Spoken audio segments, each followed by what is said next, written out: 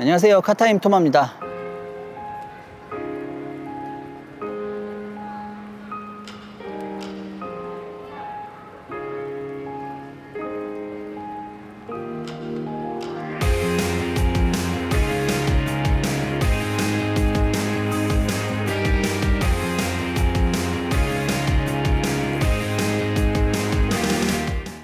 이번 영상에서 만나보실 모델은 지금 한국에 출시된 혼다 자동차 중 가장 비싼 차, 그리고 가장 큰 차, 가장 무거운 차, 혼다 파일럿입니다. 혼다의 플래그십 모델이라고 보시면 될 것 같아요. 디자인부터 좀 먼저 볼게요. 전면부 디자인이 혼다의 패밀리 룩이 들어가 있죠. 혼다 CR-V 그리고 어코드랑 좀 유사한 형태로 되어 있습니다. 큼직한 라디에이터 그릴, 허니콤 패턴이 들어가 있고요. 그릴과 유기적으로 연결된 모습의 헤드램프가 들어가 있습니다. 주간 주행등은 헤드램프의 아래쪽에 위치하고 있고요. 약간 대각선으로 이렇게 올라가고 있어서 카리스마 있는 분위기를 잘 보여주고 있다고 보시면 될 것 같습니다. 자, 범퍼에는 저 에어홀이 들어가 있는데요. 에어홀이 뚫려 있어요. 큼직한 바람구멍이 뚫려 있어서 저쪽으로 흐르는 바람이 전륜의 타이어 그리고 브레이크 시스템의 어떤 쿨링에 좋은 영향을 줄 것 같습니다. 에어 인테이크 역시 패턴이 허니콤 패턴이에요. 스키드 플레이트가 딱 들어가서 강인한 그런 분위기를 연출하고 있습니다. 앞모습이 굉장히 거대하잖아요. 이런 거대한 앞모습은 플래그십다운 그런 웅장한 느낌을 보여주고 있다고 생각합니다. 압도적인 존재감 역시 함께 보여주고 있고요. 램프와 그릴 상단을 유광 크롬 몰딩으로 마무리하면서 고급스러운 느낌도 함께 보여주고 있습니다. 측면부로 가보겠습니다. 이 차 전장이 5090mm예요. 5m가 넘는 긴 전장을 가지고 있습니다. 측면부에서 보면 그 전장이 굉장히 잘 느껴져요. 존재감이 엄청나죠. 특별한 기교가 들어가 있는 게 아니라 크기로 압도하는 그런 느낌입니다. 투톤에 멀티스포크 휠이 들어가 있고요. 그리고 휠아치 클래딩이 큼직하게 되어 있습니다. 캐릭터 라인이 헤드램프에서 2열 도어까지 하나, 2열 도어에서 시작하는 캐릭터 라인은 테일램프까지 이렇게 두 개의 캐릭터 라인이 들어가면서 나름의 좀 역동성을 표현한 느낌인데요. 그런 역동성보다는 아까 말씀드렸듯이 좀 큼직한 그런 느낌이 인상적인 그런 측면부를 보여주고 있습니다. 쿼터 글래스가 독립식이에요. 심플한 느낌도 들고 좀 약간 강인한 느낌도 들고 그렇습니다. 루프 라인이 플랫한 것 같으면서도 여기서부터 여기까지 쭉 이어지는, 이렇게 이어지는 부분들이 부드럽게 되어 있어서요. 이 부분도 나름 괜찮다고 생각하고요. 그리고 루프에는 루프 레일이 장착되어 있어서 상단에 캐리어를 실는다든가 아니면 기본바를 단다든가 그럴 때 되게 유용하게 사용될 것 같습니다. 그럼 뒷모습 보겠습니다. 자, 혼다 파일럿 뒷모습이 전작에 비해서 굉장히 아기자기한 느낌이 들죠. 이 가운데 램프와 램프 사이를 잇는 블랙 베젤이 그런 특징을 좀 잘 나타내주는 부분이라고 할 수 있는데요. 파일럿 레터링이 이렇게 블랙 베젤 안에 숨어 있어요. 큼직한 테일램프 들어가 있고요. 범퍼는 좀 심플한 그리고 또 강인한 그런 느낌을 강조하고 있는데요. 여기 머플러 팁 이거 보이시죠? 이거는 머플러 팁 가니시예요. 네, 실제 리얼 머플러 팁은 저 범퍼 뒤에 숨어 있습니다. 이쪽도 마찬가지고요. 듀얼 머플러 팁이지만 안쪽에 숨어 있다는 거 말씀드리고요. 그리고 또 스키드 플레이트가 뒤에도 달려 있는데 디퓨저처럼 생겼지만 디퓨저 역할을 하지는 못할 것 같고 단단한 느낌을 연출하기 위해서 장착해 놓은 그런 가니시라고 보시면 되겠습니다. 트렁크 테일게이트는 전동식이고요. 트렁크가 상당히 넓어요. 지금 3열을 폴딩해 놓은 상태거든요. 이때 트렁크 용량이 1370리터인가 그렇게 됩니다. 거대한 트렁크 용량 제공하고요. 그러니까 5인승으로 쓰면서도 저 거대한 트렁크를 사용할 수 있다는 얘기죠. 캠핑 갈 때 굉장히 좋을 것 같습니다. 그리고 저 3열을 의자로 쓴다고 하더라도 527리터인가 그렇습니다. 굉장히 넓은 적재 공간을 제공한다. 캠핑하시는 분들한테는 정말 딱인 구성, 그렇게 말씀드릴 수 있을 것 같습니다. 실내로 들어가기 전에 여기 잠깐 볼게요. 2열인데 저 가운데 시트에 등받이를 꺾어놔 가지고 저걸 암레스트처럼 저렇게 해놨는데 저거를 피면은 3명이 충분히 앉을 수 있는 그 시트가 마련이 되고요. 그리고 저쪽에 바닥이 플랫해요. 그래서 가운데 있는 승객들도 굉장히 편안하게 앉을 수 있겠다 이런 생각이 듭니다. 만약에 팰리세이드 7인승처럼 그렇게 7인승으로 사용하고 싶으시다면은 저 가운데 시트를 뜯어낼 수가 있어요. 가운데 시트를 굉장히 간단하게 뜯어낼 수가 있습니다. 그렇게 뜯어내면은 2열, 2열, 3열 7인승으로 만들 수 있고요. 저렇게 타면 8인승이 될 수 있고요. 그러니까 이 차량은 7인승, 8인승 동시에 쓸 수 있는 그런 형태의 자동차다라고 말씀드릴 수 있겠습니다. 뒷자리에 탑승한 분들을 위해서 이렇게 공조 시스템 그리고 USB 포트가 들어가 있습니다. 자, 그러면 실내 탑승해서 한번 말씀드리도록 할게요. 날씨가 엄청 덥습니다. 지금 밖에. 와, 엄청 덥네. 여름에 시승 영상 찍는 건 정말 힘든 일 같아요. 자, 그럼 실내 한번 좀 보도록 하겠습니다. 일단 실내는 비싼 차답게 좋은 소재들로 마감이 돼 있어요. 이런 소재들도 다 푹신푹신하고 이런 소재들 되게 고급스러운 느낌이 잘 드러나는 그런 소재로 마감이 돼 있습니다. 혼다 하면 약간 그 클래식한 그런 디자인을 많이 사용하죠. 이번 세대 파일럿 역시 클래식한 구성의 디자인을 보여주고 있어요.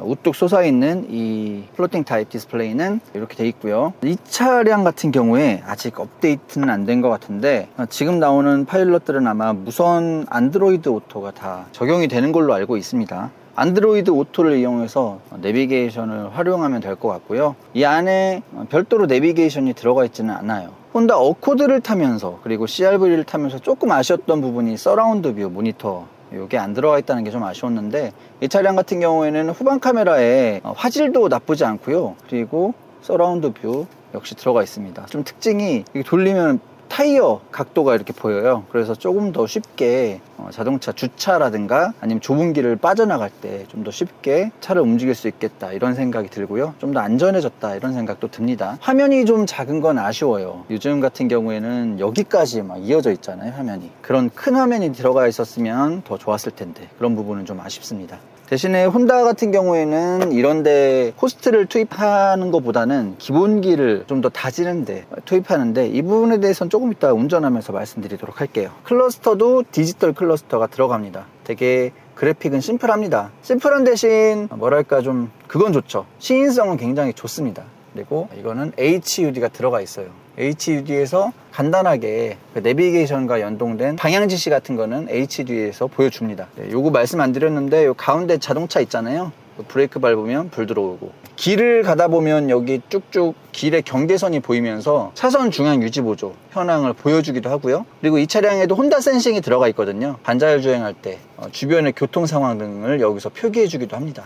이쪽에 라이트 제어하는 레버, 그리고 깜빡이 틀 수 있는 그런 레버가 있고요.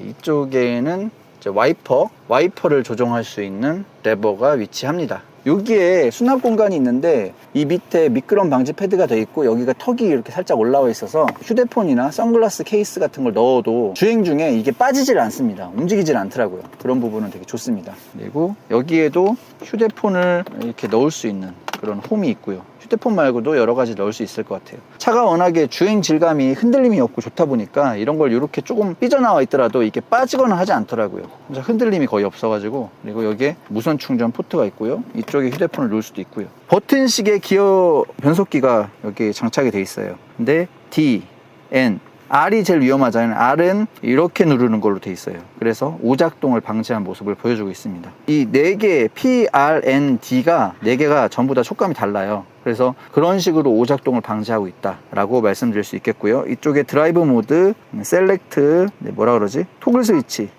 토글 스위치가 있고요. 이쪽에 전자식 파킹 브레이크, 그리고 브레이크 홀드, 이렇게 버튼이 들어가 있습니다. 여기 보면 컵홀더가 2개가 있잖아요. 이 차량 컵홀더가 굉장히 많아요. 이 2개가 있고, 이 문짝에도 2개가 있고, 저쪽 문짝에도 2개가 있고, 뒤에도 2개가 있고, 총해서 여기도 이렇게 컵홀더가 있잖아요. 총해서 14개의 컵홀더가 들어가 있다고 합니다. 혼다 최초로 파노라믹 선루프가 들어간 자동차예요. 뒷자리도 엄청 넓습니다. 그리고 3열도 어른이 충분히 탈 수 있는 그런 시트가 나오더라고요.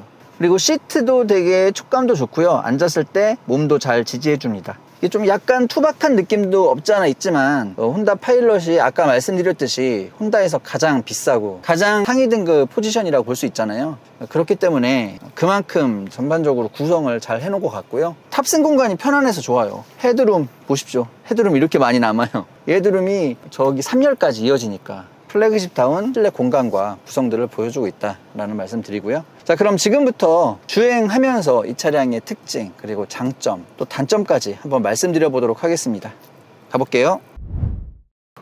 자, 그러면 혼다 파일럿 차량과 함께 좀 달려보도록 하겠습니다.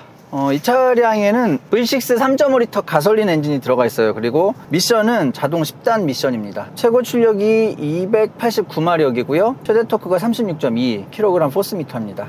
이 정도면은 그냥 대배기량 엔진에 자연스러운 그런 엔진 파워를 낸다는 말씀을 드릴 수 있을 것 같아요. 가속 페달에 발을 올려놓고 밟았을 때 느껴지는 느낌은 1차적으로 부드러움이 느껴집니다. 부드럽게 가속하는 느낌이 느껴지고요. 그래서 기분 좋은 출발을 할 수 있습니다. 그리고 또 하체 세팅 역시 좀 부드럽게 돼 있어요. 단단하거나 그런 게 아니라 컴포트한 세팅으로 되어 있다라는 말씀을 드릴 수 있을 것 같아요. 그리고 또 정숙합니다. 당연하게도 이 정도 급이라면은 정숙함이 또 하나의 큰 덕목이잖아요. 차량의 큰 덕목이라고 할 수 있을 텐데 굉장히 정숙합니다.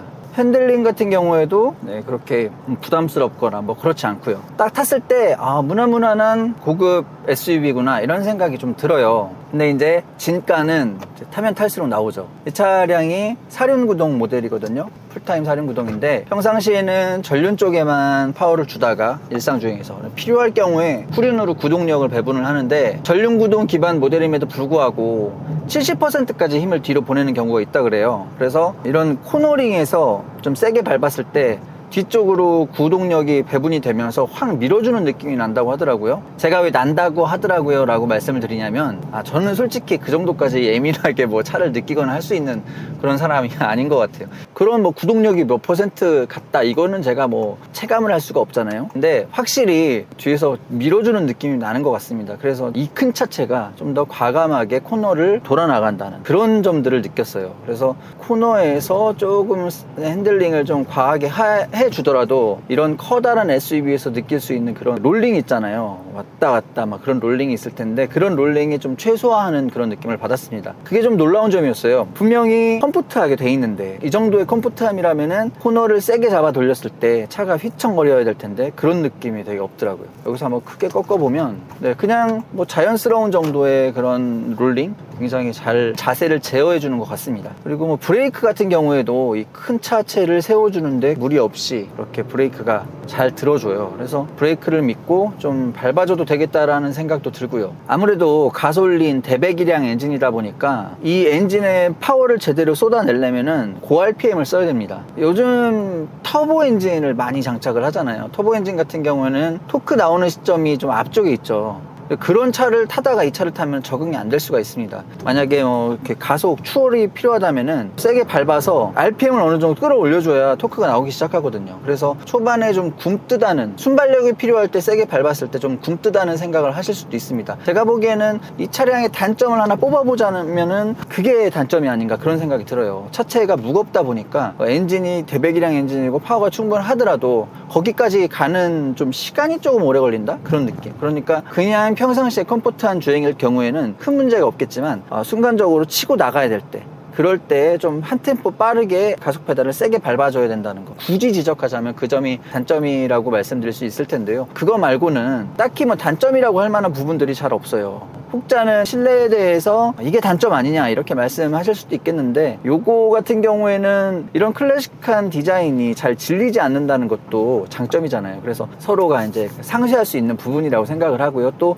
파일럿 같은 경우에는 좀 7천만 원이 조금 안 되는 비싼 가격을 가지고 있다 보니까 내장재나 이런 색상 같은 것도 되게 고급스럽게 해놨단 말이에요. 그래서 이런 클래식한 구조가 그렇게 큰 단점이라고 생각이 되진 않더라고요. 아까 말씀드렸지만 이런 수납 공간 저거 안 빠지거든요. 저기다 저렇게 놔둬도 잘 안 빠집니다. 이런 수납 공간 같은 것도 너무나 좋고요. 운전을 하면서 여유로운 느낌을 계속해서 느낄 수 있었습니다. 연비 말씀을 좀 드리자면은 연비가 사실 썩 좋진 않죠. 어찌 보면은 3.5L V6 엔진이 들어갔기 때문에 당연한 거죠. 당연한 거. 그 연비가 떨어진다는 건 당연한 건데 그렇다면 실제 연비는 어떤가 이렇게 쭉 타면서 느낀 건데 그래도 실제 연비는 그 이상의 연비를 뽑아주지 않나 그런 생각이 좀 듭니다. 물론 제가 이 영종도라는 특수한 지역 내에서 운전을 했기 때문에 그래서 복합 연비 이상의 연비가 느껴지는 걸 수도 있겠는데요. 여러 리뷰들이나 아니면 그 이 차의 실소유주분들 그런 분들의 말씀에 의하면은 시내에 들어가면 6km 정도 나온다고 하더라고요. 근데 이 큰 차 엄청나게 크고 무거운 차잖아요. 근데 3.5L 대배기량 엔진이 들어갔고 그 정도면은 그냥 이런 차를 구매하시는 분들이라면은 충분히 수긍할 수 있는 그런 연비라고 생각을 합니다.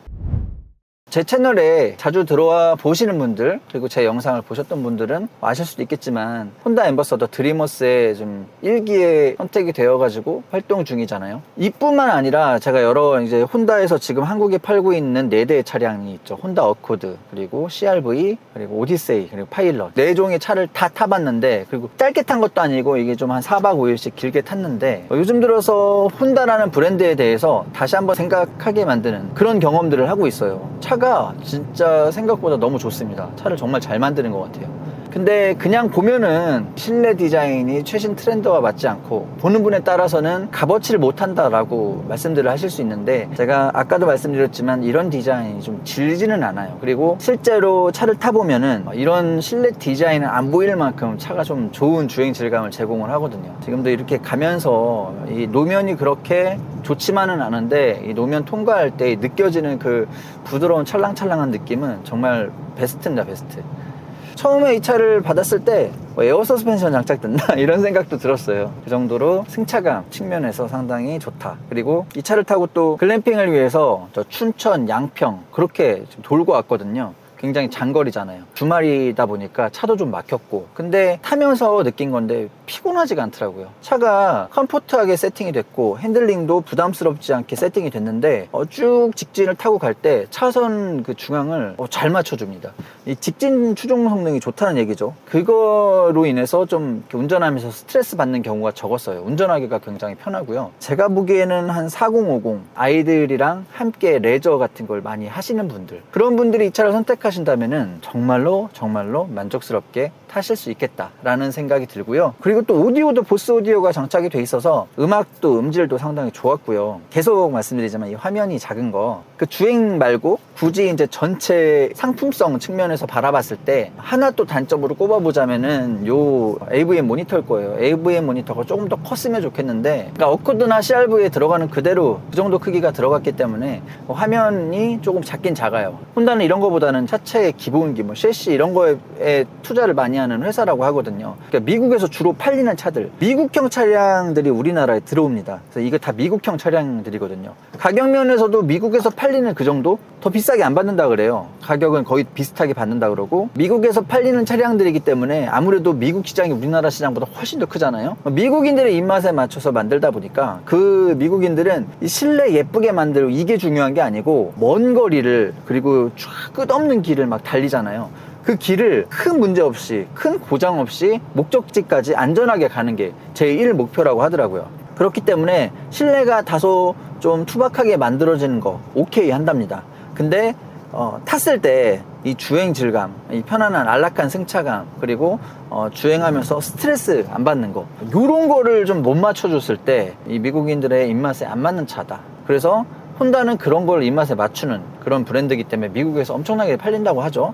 도요타와 함께 일본의 또 자동차 산업을 이끌어가는 회사라고 할 수 있는데, 미국인들의 입맛에 맞춘 차들을 가지고 오다 보니까 이런 부분에 대해서는 약간 좀 한국인들이 바라보기에 부족한 부분이 있을 수 있다. 그거는 인정을 하고요. 혼다라는 브랜드는 대중 브랜드잖아요. 근데 우리나라에서는 프리미엄 대우도 받을 수 있을 것 같다, 이런 부분만 잘하면 라고 이제 제가 건의도 했는데, 그래가지고 그런 부분들은 얘기를 할 거라고 합니다. 그 상품성 올리도록 강력하게 건의도 할 거라고 하니까 그런 부분들은 좀 추후에 그 행보를 지켜볼 만 할 것 같고요. 근데 그런 부분이 없더라도 다시 한번 말씀드리지만 워낙에 주행 질감이 좋고 진짜 만족스러운 주행 질감을 선사하다 보니까 그런 게 없더라도 혼다 차를 사고 싶다라는 생각이 요즘 들어서 많이 들어요.